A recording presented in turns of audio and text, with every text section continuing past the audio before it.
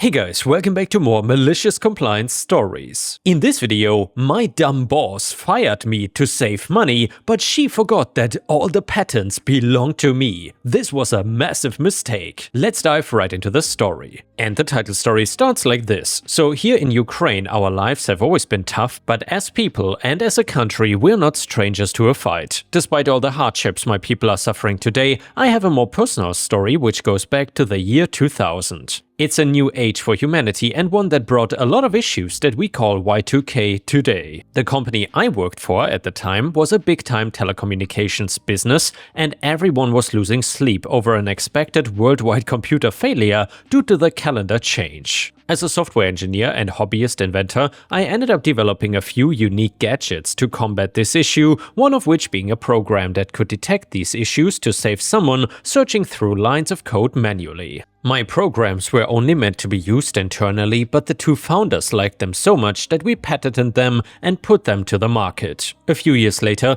the company changed directions and my programs were our main product. I also got a promotion to head of R&D and was overcome with praise. It was not all good news though, as my friend and co-founder of the company retired, leaving his business partner, Karen, as the primary shareholder and authority. We did not always see eye to eye, and I was worried about my future in the company. In the weeks that followed, all of my worst fears actually came true. In the first week of absolute power, Karen called for a board meeting where she suddenly published a new strategy document with the main focus being on cutting costs, despite her having no technical background or expertise in the sector. When the other founder was still around, Karen was mostly a silent partner, someone we saw very little of and knew nothing about, which is why she came as quite a shock when she took over. During her speech, she dismissed the questions and concerns of her employees as worrying over nothing. It became clear to everyone that the workplace was quickly gonna change into a much harsher regime with a leader that treated people like nuisances. If her attitude was not bad enough, she felt the need to pick out a few examples of cost-cutting measures, accusing me personally of wasting company time and money on my latest project.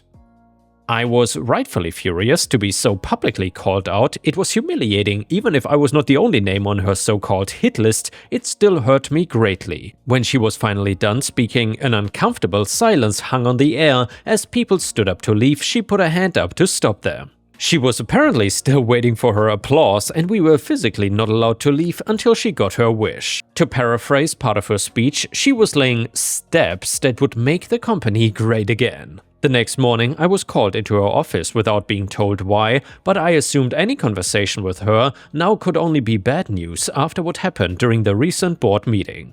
Just as ruthlessly as she had changed the company direction, she also changed the office to her wishes, removing all chairs in the room except for her own. She made me stand for the next hour as she insulted my work and questioned my commitment to her company. I stood my ground against her, but that only seemed to add fuel to her anger as things escalated further. I was told that after cutting certain projects, she said very pointedly, salaries would be the nice thing adjusted, and she was very disappointed that I claimed such a high cost to the company. It sounded like she was trying to guilt me into lowering my own salary, but I kept silent and let her rant to herself pointlessly. When she realized I had given up the argument, she ordered me to finish my current project by the end of the week, drastically cutting the timeline by months. As I tried to explain that the new product would be a premium service that the company would greatly benefit from, she did not even feign interest, mostly just ignoring me.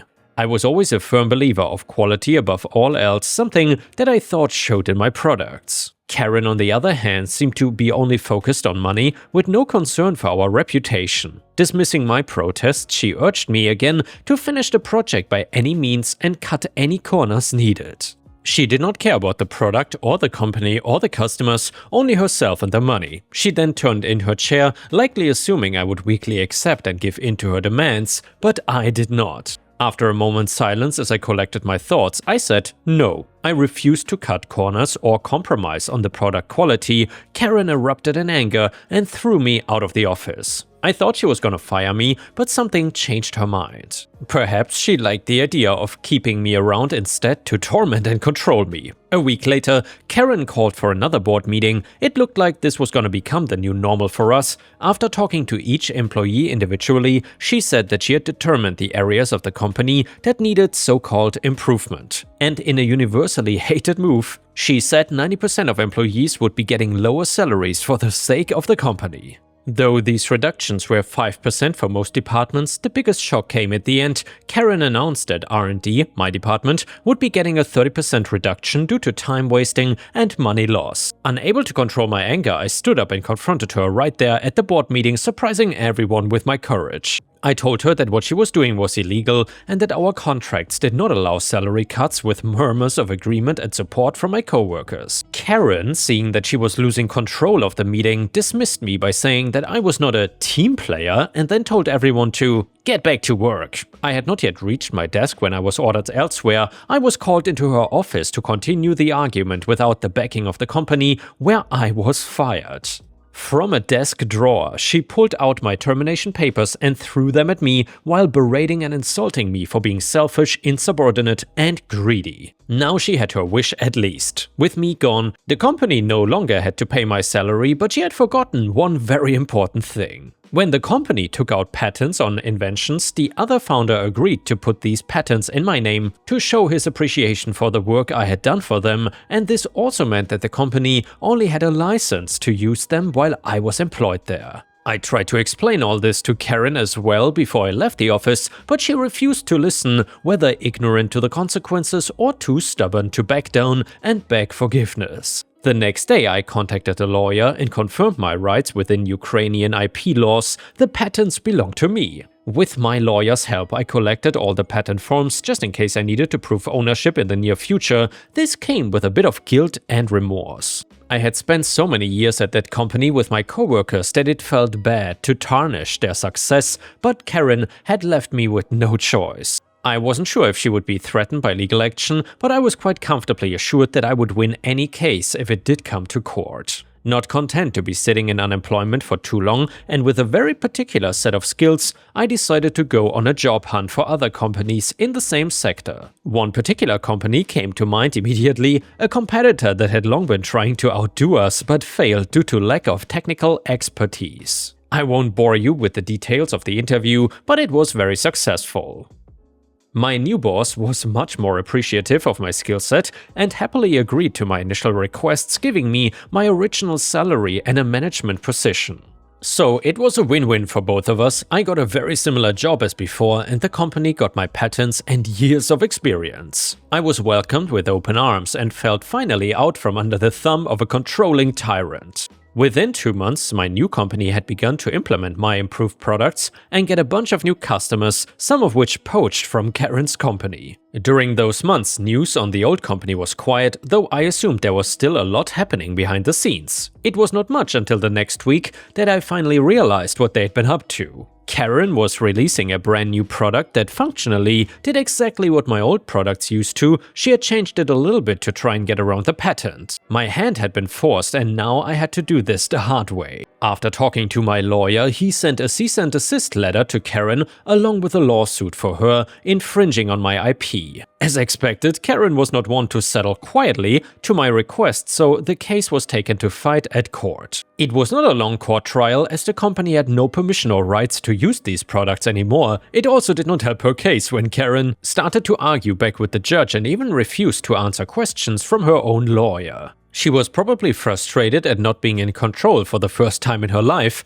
Luckily for me though, her outbursts only showed her true colors, which made my side of the story even more believable. Karen's company was ordered to stop using my products, with refunds to current customers they were currently selling to. It was a move that was gonna cripple the company. No money, no customers, no products. They were basically finished. Karen stormed out of court after the verdict in tears, aware that her career was now ruined, but their old customers still needed products which my new company was very happy to now provide instead. Thanks to me and the new company, we won over every old client and I worked hard to keep it that way. I later heard that Karen's company had filed for bankruptcy and got liquidated, leaving all of my former co-workers now unemployed. I managed to convince the company management to hire most of them for their knowledge and experience, transforming this new company into a better version of what should have been the old one.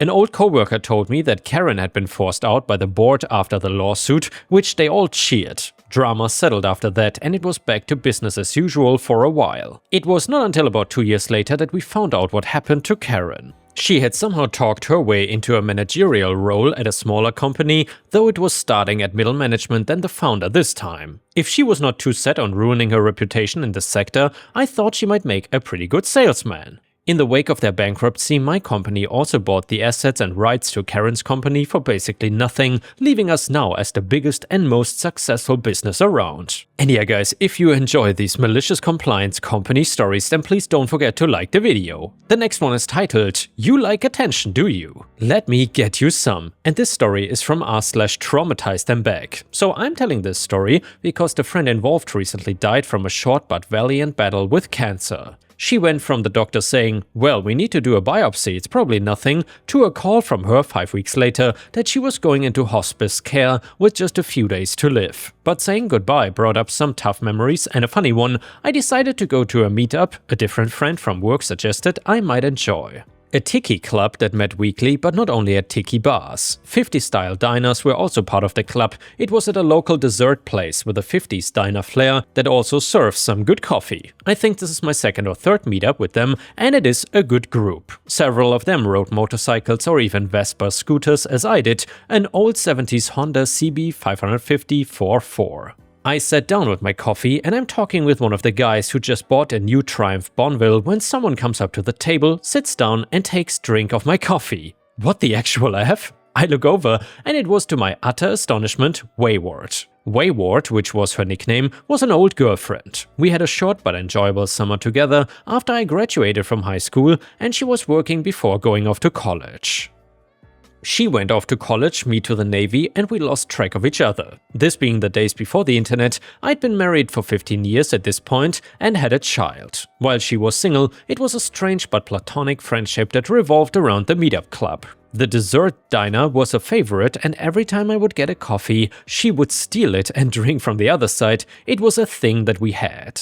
It was a good way to get out of the house as I worked from home and that could be isolating. But it was not without its problems. One of the older women in the club was a real attention WHORE and instigator. She really did not like Wayward, who was not out there causing her problems, but Wayward did a lot for the club and it showed up Miss Attention SLUT. My wife though?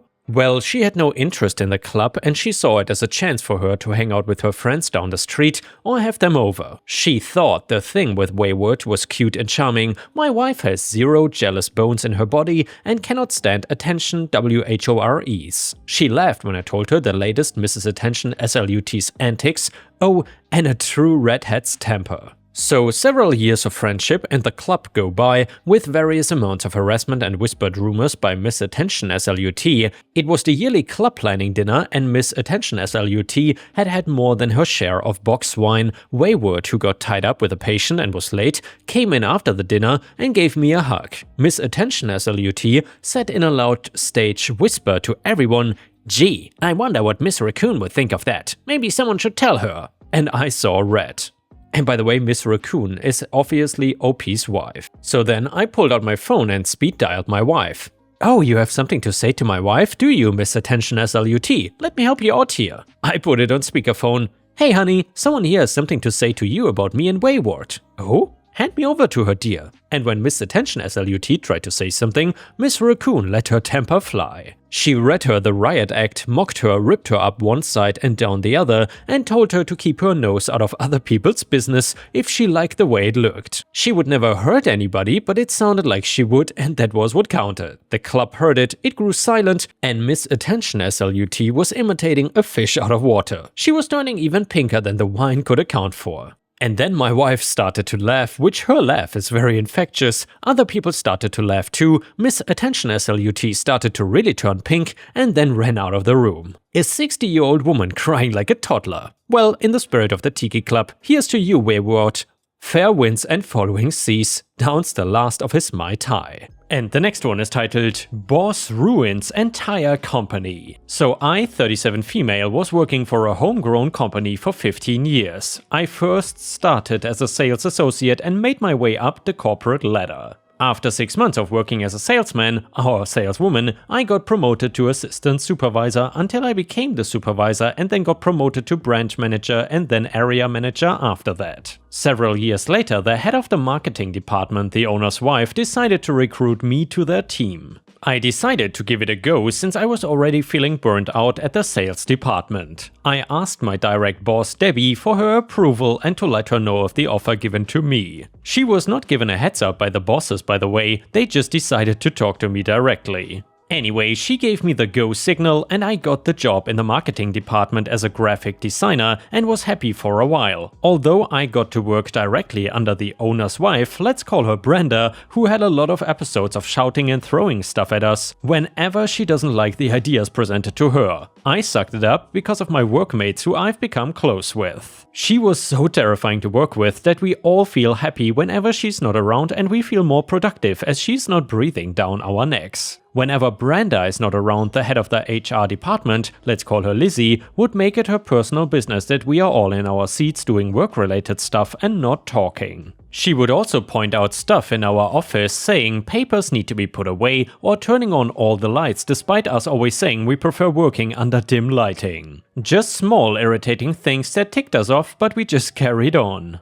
Cue the pandemic. Remember I said I was a graphic designer? Well, here is where everything becomes hell. We first worked in our homes and used WeChat for the logins. Aside from chatting in, we were also required to send out selfies of ourselves in our workstation to Lizzie. No problem. It was a small thing to do before we started work. Everything was fine and dandy despite all the backhanded comments Lizzie was saying, whether it was true that we are in our workstations or we could be outside.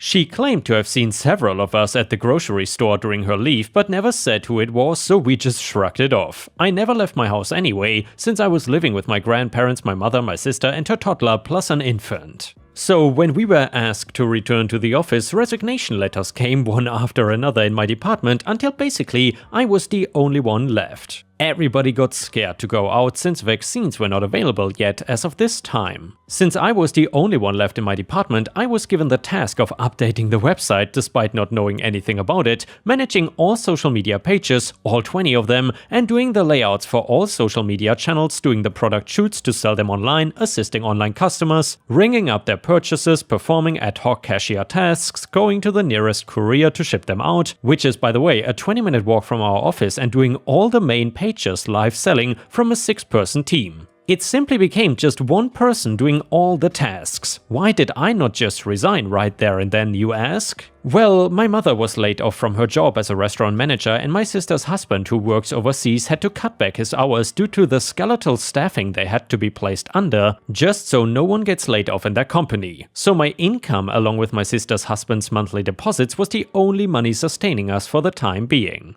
I barely take any breaks and most of my tasks were being left undone due to the high volume of orders we've been getting online. I still made sure to do other tasks during off-peak hours, but I'm kept on my phone more frequently as customer inquiries are not dwindling down. Brenda promised me she would get someone from other departments to help me, but no one came. Lizzie told me someone is coming soon, but still nobody came. During this time, Brenda never went back to the office since she was afraid of being exposed and exposing her twins, both still toddlers, and her mother-in-law, who is a germaphobe. So she asked Debbie to step in and supervise me. Now, Debbie was a great supervisor. During my time with the sales team, she gave me stellar reviews and I always passed our evaluation with flying colors. This time, however, she seemed out to save her own skin. Since she was from the sales team, she would look for other people to blame for the low sales. She, along with Lizzie, monitored me and played good cop, bad cop. Now remember, I was already doing the jobs of the whole department. I was a single person doing a 6-person job, never received any bonuses or a salary raise.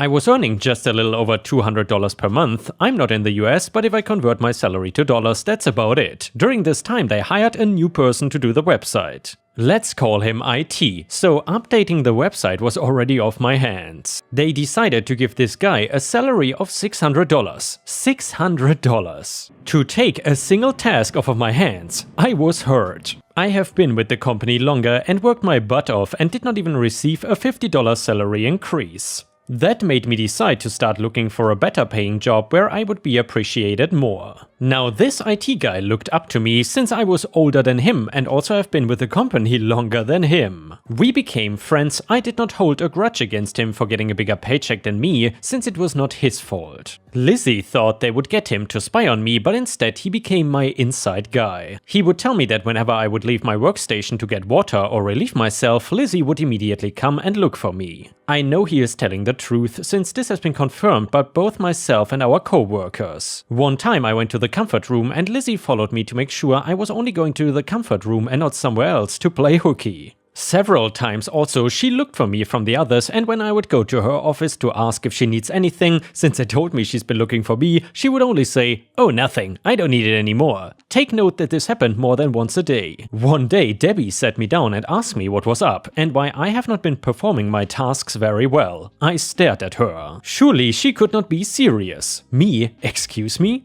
Debbie, Brenda and Lizzie are concerned because you've been performing poorly. The social media pages are a mess. They have not been updated. Me, have you forgotten that aside from the old tasks I had, I've been doing more than I'm basically alone in the department? I have more tasks under my belt than I can manage. Debbie, yes, I did tell them about this. It is just that they are also concerned that you've been going out a lot. Me, yes, to deliver the items our customers order to the courier since we are not qualified for pickup.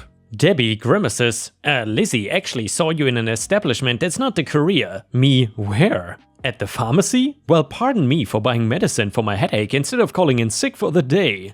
Debbie, oh I see, I guess she misunderstood. Okay, don't worry about the additional staff. Lizzie is currently interviewing applicants to replace those who left your department. I felt horrible. I felt like I had a CCTV on me all the time. I even felt that just going downstairs to get water was a crime. I was truly miserable, but all of my job searches were turning up nil. IT guy was the one doing the meetings with the other departments now since I was too busy with the online orders. One time he told me of this conversation between Brenda and another department head, the boss's sister, Sam, who is Debbie's boss. Sam said, "Why aren't our pages being updated?" Brenda, "I don't know about OP." Sam, "Is she not working?" Brenda, "She said she's busy." Sam, "Why? What is she busy with?" Brenda, "I don't know," in a sing-song voice while looking down at her nails. This was later confirmed to me by Lizzie's assistant, who is one of my work best friends, and all my former teammates from the sales department who were present during the meeting. I made a lot of friends on the sales team and they have remained loyal to me since most of the existing supervisors and assistant supervisors were trained by me. Boy was I mad. Now during the pandemic we were required to fill up a form listing all of the tasks that we worked on. We would tick them off or put a note beside if it's still in progress, disapproved, approved, etc. We also had weekly meetings which I attended all the time just to let them know what I've been working on, and Brenda adding new tasks to me. There was no way she would not know what I've been working on. This spurred me to look for another job quickly and fast.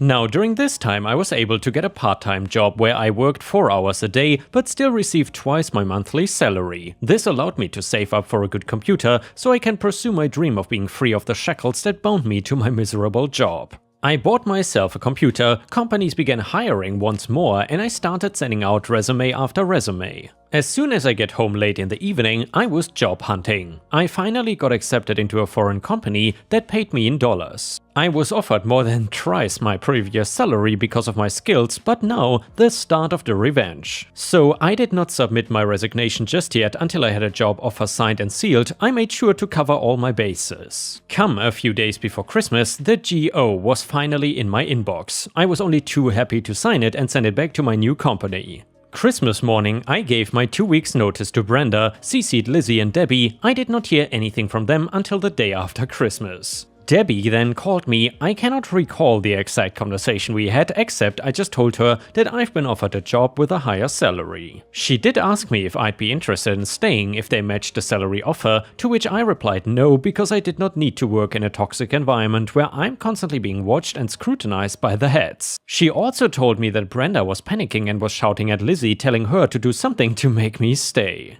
They both thought it was the best idea to have Debbie talk to me before doing anything, but anyway, I told her that my mind has been made up, which she respected, and told me that we'll see each other the week after New Year. Now, for my 2 weeks notice, I specified they would be covering all holidays, so by the time we went back to the office, I only had several days left to turn over everything. On my last day, we had a Zoom call with Brenda where I bade all my colleagues goodbye and wished them well. Lizzie jokingly asked me, "You really won't change your mind? Is that your final answer?" No, I won't change my mind.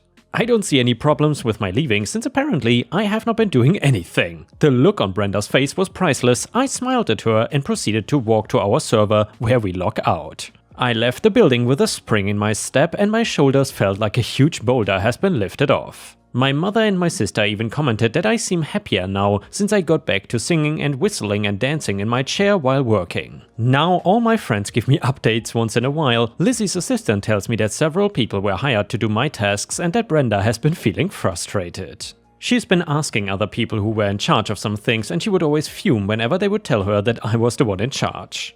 And before we end the video, we will read a funny story from r/petty revenge. It is titled, "I just spam called my year-long spam caller." So I recently scam called my scam callers and it got them to stop. They were calling 10 to 15 times a day, each time spoofing a US-based location, and had the exact same voicemail, which has caused me to need to delete my entire voicemail inbox 3 times weekly for at least a year. Extremely frustrating, so many calls during work meetings, important moments with friends, etc. And every single time the same voicemail message says, "This is Jennifer from the senior underwriting team calling about your loan." Well, I found Reddit posts about this specific scam, and in one comment a guy claimed to have scam called them back and it got them to stop. So I decided, what the heck, let me see if this works. So I called, put myself on mute and hung up after 5 to 10 seconds of them talking. I did this exactly 266 times in 35 minutes and each time to the same number. I cycled through 20 to 30 employees with accents from Australia to India to the Mid-Atlantic, at least 3 different company names they claimed to be from, and many scripts. Sometimes they would start one script and then mess up and start on another. Other times they would just say, "Hello?" The best was when they changed mid-script what company they were claiming to be from, and then sometimes they would say, "Hello, Mr. OP." After about 150 calls, I started getting intermittently hung up on immediately after they answered the call. I knew I was getting to them. Well, finally, at call 260, I reached the final boss. In a deep mob boss type voice I hear, and I kid you not, "Mr. OP, you've gotta stop with these spam calls. I mean, seriously, you gotta have something better to do with your time." This happened on a Thursday, and I'm still riding the high. Oh yeah, and by the way, they have not called me back since. And yeah guys, thank you for watching. That's exactly how you need to handle spam calls, and I will see you again tomorrow.